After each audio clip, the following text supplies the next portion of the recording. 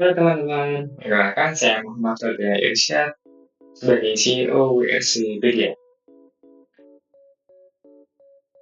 Jadi di sini saya mulai dengan memperlihatkan dari hasil peluang saya menggeluti bidang saya dan BSc teman-teman sehingga saya bisa menggapai beberapa prestasi dan dari Mawapres 3 dan NES.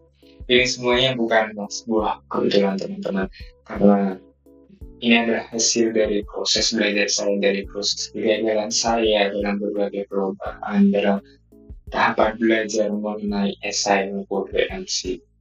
Jadi, ke depan nantinya saya akan sharing-sharing tentang esai ataupun BMC ke teman-teman sehingga teman-teman bisa lebih mengenal apa itu esai dan apa itu BMC. Nah, awalnya saya itu juga sama seperti teman-teman, yaitu memulai dari yang ketidakpastian, kebingungan bagaimana sih membahas esai, bagaimana sih membuat BMC itu, dan bagaimana kita bisa mempresentasikannya dengan baik. Nah, ini mayoritas perlombaan esai BMC itu ada presentasinya bareng.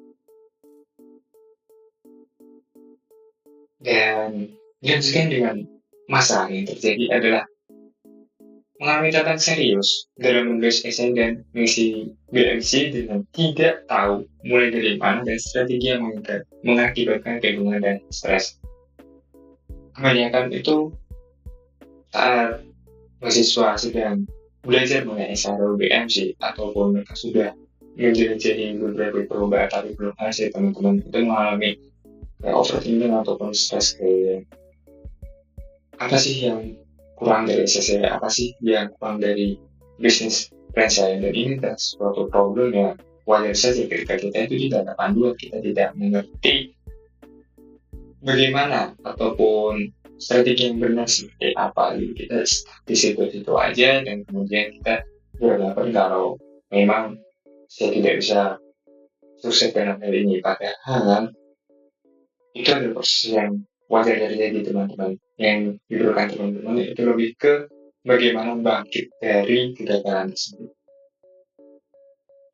Nah, masalahnya itu bukan di diri teman-teman, tapi bagaimana cara kita dalam memahami fungsi dan bagaimana cara memulai serta fokus pada bentuk daripada logika yang dasarnya. Jadi lebih fokus kepada prosesnya ketimbang hasil di akhirnya. Termasuk kegagalan tadi teman-teman, itu adalah sebuah proses sebelum kita berhasil nantinya. Dan dari kegagalan-kegagalan yang kita lalui itu, kita bisa mendapatkan pembelajaran dari situ dan bisa lebih baik lagi ke depan. Dengan esainya sendiri yaitu memahami esensi, bukan sekedar rangkuman atau kumpulan kutipan, tapi adonan yang runtuh yang memperkuat sebagai alat berpikir untuk kita menyampaikan ide secara logis dan terstruktur. Menunggu argumentasi yang kuat, bagaimana kita itu bisa menyusun step by step langkahnya ataupun membuat esai yang baik dengan struktur yang kuat, logis. Kemudian bagaimana cara kita berpikir, brainstorming ide, menyelesaikan suatu permasalahan dengan ide yang kreatif dan solutif untuk menjawab permasalahan tersebut. Jadi esensi dari esai itu perlu kita tanamkan dalam diri kita.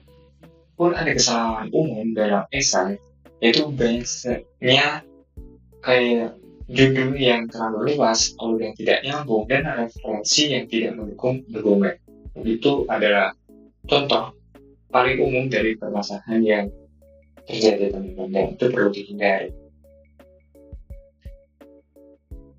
Jangan khawatir terkait dengan permasalahan ini, karena dalam proses berjalannya teman-teman waktu belajar, pastinya kesalahan-kesalahan tersebut akan berangsur-angsur akan teman-teman bisa kurangi dan bisa lebih baik untuk diperbaiki dalam ide teman-teman. Berikut saya akan memperlihatkan contoh esai yang pernah saya buat. Yang pertama adalah esai tentang sebuah inovasi aplikasi teman-teman. Jadi Dengan judul Era Electronic Application, Inovasi Digital sebagai Sustainable E-Waste Management untuk mencapai Zero Waste dan SDGs 2030. Dalam penyusunan ini, judul pun itu juga dipertimbangkan teman bagaimana kita menyusun judul yang menarik bagi juri, namun esensinya itu tidak terlupakan. Mulai dari pendahuluan yang berisi masalah yang dengan cara penulisan segitiga terbalik dari umum sampai khusus, kemudian diakhiri dengan paragraf hook, ide, solusi yang kita tawarkan dengan merelakannya pada topik ataupun tema dari perubahan isi yang sedang kita ikuti. Kemudian isi yang dimana sumbernya itu menyesuaikan dari ide kita, gimana caranya kita meramu sumber-sumber dalam isi ini sehingga bisa memvisualkan, bisa menggambarkan, pembaca itu bisa langsung paham terhadap apa sih ide kita untuk menjawab permasalahan tersebut. Di sini saya juga aplikasi, dari di sini ada sumber pertama itu konsep aplikasi, kemudian sumber kedua ada fitur aplikasi menjelaskan secara lebih rinci terkait fitur aplikasi, kemudian ada teknologi AI yang saya gunakan, kemudian ada analisis SWOT, program implementasi, dan kemudian langsung penutup teman-teman. Untuk esai saya yang selanjutnya yang ini teman-teman, di esai ini saya membahas terkait dengan sebuah alat yang dimana alat ini juga terintegrasi dengan aplikasi. Nah, di sini saya memasukkan sumber yaitu desain teknis dan alur sistem. Kemudian di sini ada diagram blok, kemudian di sini juga ada integrasi energi terbarukan, dan integrasi kepada aplikasi ERA. Jadi aplikasi ERA tadi itu saya kembangkan idenya lagi, yaitu lebih ke ranah alatnya seperti itu. Dalam lomba riset itu juga bisa mengembangkan ide yang memang jadi sebuah keterbaruan yang lebih bagus lagi. Di sini saya menambahkan alat seperti itu teman-teman. Kemudian dilanjut ada sumber analisis SWOT, rumah implementasi, dan stakeholder. Jadi ada beberapa sumber-sumber dalam esai yang dimana itu sebagai pelengkap teman-teman untuk memperkuat dari ide gagasan teman-teman seperti analisis work, format, implementasi itu bisa diterapkan di beberapa ide esai. Namun terkait dengan desain ataupun fitur tadi itu adalah sumber-sumber yang dimana menyesuaikan dari teman-teman, dimana caranya teman-teman itu bisa memilih sumber-sumber yang sangat cocok dengan ide teman-teman sehingga sangat tergambarkan bagaimana ide teman-teman itu menjadi solusi dari permasalahan dalam ide gagasan esai teman-teman. Kemudian ada penutup dan daftar pusaka. Nah, jangan lupa untuk pemilihan sumber ini juga mempertimbangkan dari batasan angka. Jadi beberapa perlombaan itu teman-teman ada batasan halamannya sehingga kita itu harus memilah bagian-bagian yang sangat memang benar-benar penting untuk dimasukkan ke dalam esai dan yang lainnya itu dimasukkan ke dalam lampiran. Itu juga strategi gimana caranya kita itu bisa mengolah dari isi esai kita. Itu saja untuk contoh dari esainya. Untuk mau lebih tahu lagi tentang strategi gimana esai dibuat, kemudian mau melihat panduannya secara terperinci satu persatu, kemudian ada pendampingan dan lain-lain, stay terus karena nanti di akhir saya akan memberikan solusinya terkait hal tersebut. Saya adalah tetangga MC. Ini saya mau langsung ke bagian masalah yang sering terjadi, yaitu ada seringkali informasi yang disampaikan tidak terhubung dengan baik. Jadi pada BMC kan ada beberapa kolom tabel ya teman-teman, ada 9. Nah, di mana setiap informasinya itu harus saling menyambung satu sama lain, saling terikat satu sama lain sehingga menjadi satu kesatuan bisnis model kanvas yang benar-benar kuat, solid, dan sangat bagi permasalahan juga sangat menguntungkan. Untuk saran pemula yaitu adalah menghadapi tantangan dalam mengisi BMC dengan keterbatasan pemahaman, jadi menyebabkan banyak kesalahan seperti fokus yang berlebihan pada idealisme atau kurangnya hubungan antara elemen yang ada. Ini seperti tadi teman-teman, yaitu kita malah seperti perbagian itu berdiri sendiri, tidak yang saling nyambung satu sama lain, padahal ada bagian ini yang kenapa bagian ini ada itu karena ada bagian ini ada karena ada bagian ini, dan keseluruhan itu menjadi satu kesatuan seperti itu. Nah, berikut adalah contohnya. Ini saya memberikan 2 contoh. 500 model kanvas itu sebagai peta logika. membantu memvisualkan perencanaan dari bisnis teman-teman. Di sini saya ada dua bisnis intercanvas yang fokus pada aplikasi. Yang pertama ada aplikasi jasa penghubung freelancer dengan UMKM terintegrasi artificial intelligence. Kemudian ada grup lab aplikasi platform kelompok belajar berbasis artificial intelligence. Jadi di sini itu ada beberapa kolom teman-teman.